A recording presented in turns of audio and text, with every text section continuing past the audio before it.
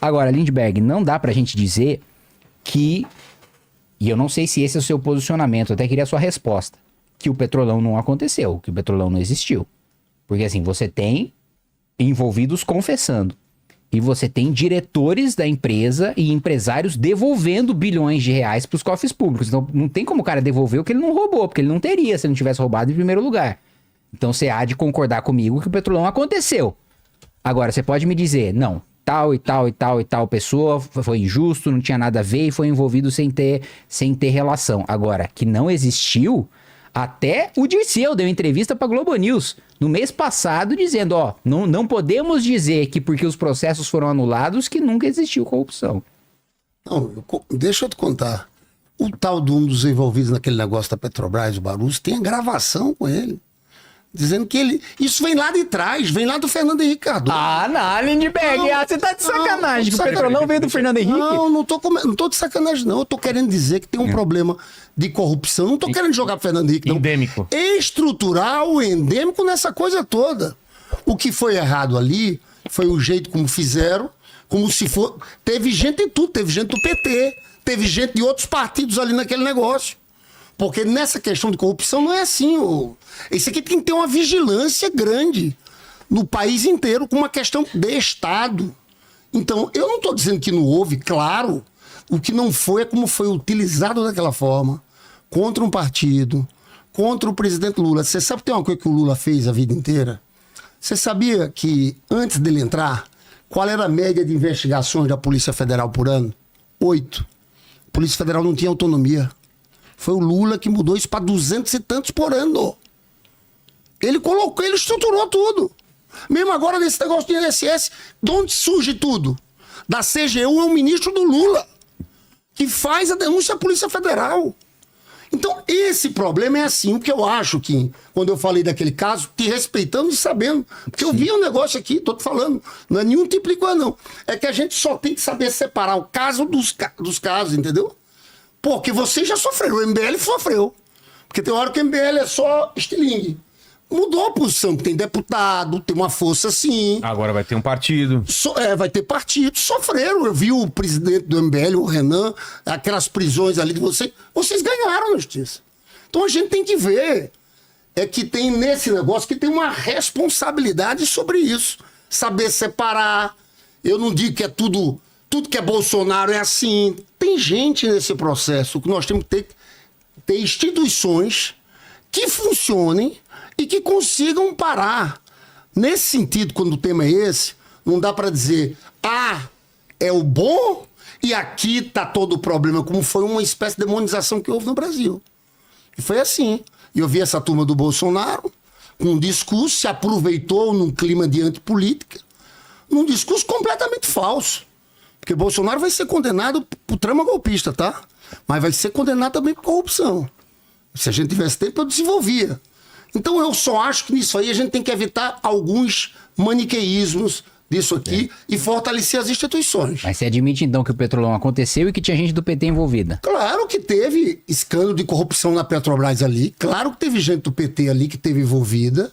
E teve gente de vários outros partidos envolvidos. E quando eu falei Fernando Henrique, não foi acusando o Fernando Henrique, não. Que seja dito isso. Não foi acusando o Fernando Henrique. Dizendo que os caras... dizendo que desde a época dele tinha alguma Mas coisa. isso é depoimento dos caras todos, entendeu?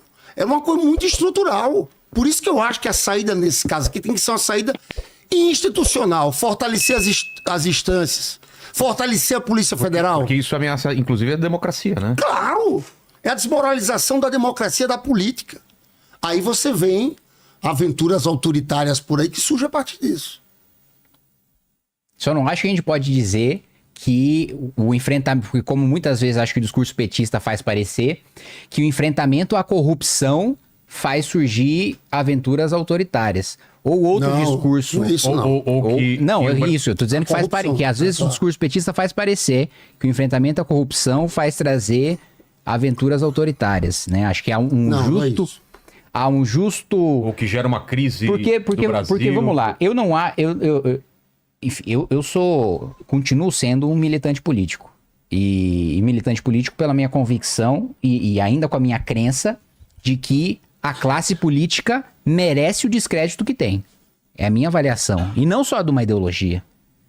Eu acho que não é à toa que as pessoas, quando pensam num político, pensam num vagabundo, pensam num picareta, porque esses são grandes exemplos que nós vimos na política nacional, né?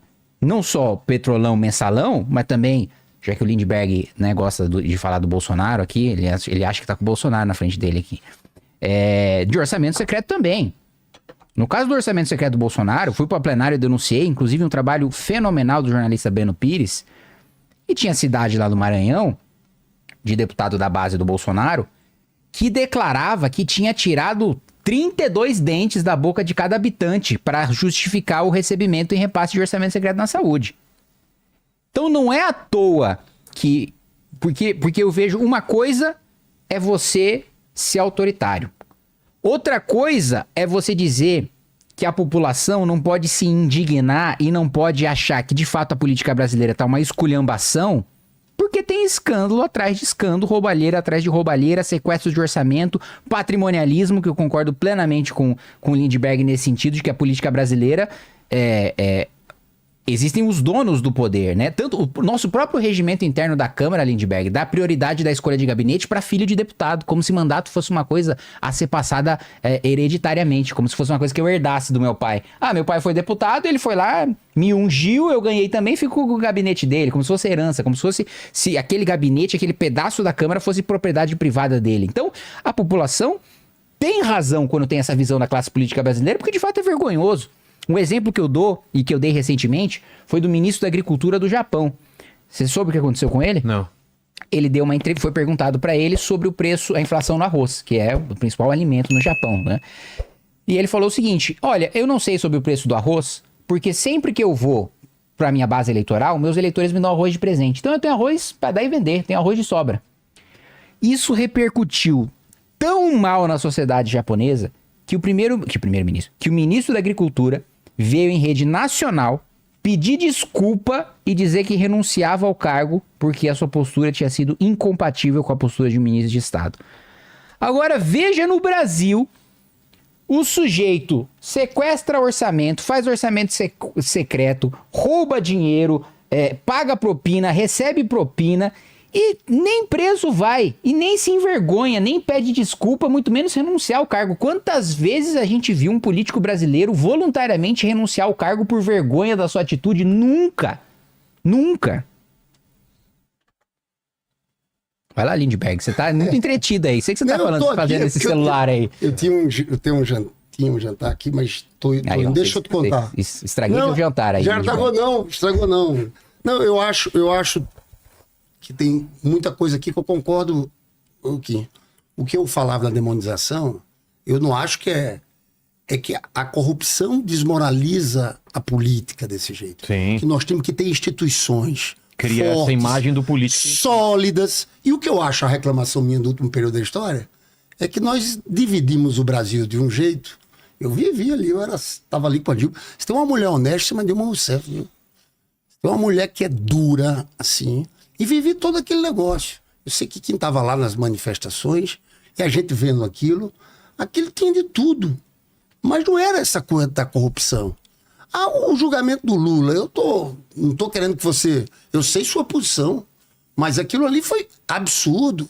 O Sérgio Moro vira ministro do Bolsonaro, era o Brasil dividido, um bocado de caras, que a gente vê aí nesse governo Bolsonaro, delinquentes, com esse discurso de honesto, tô lutando contra a corrupção.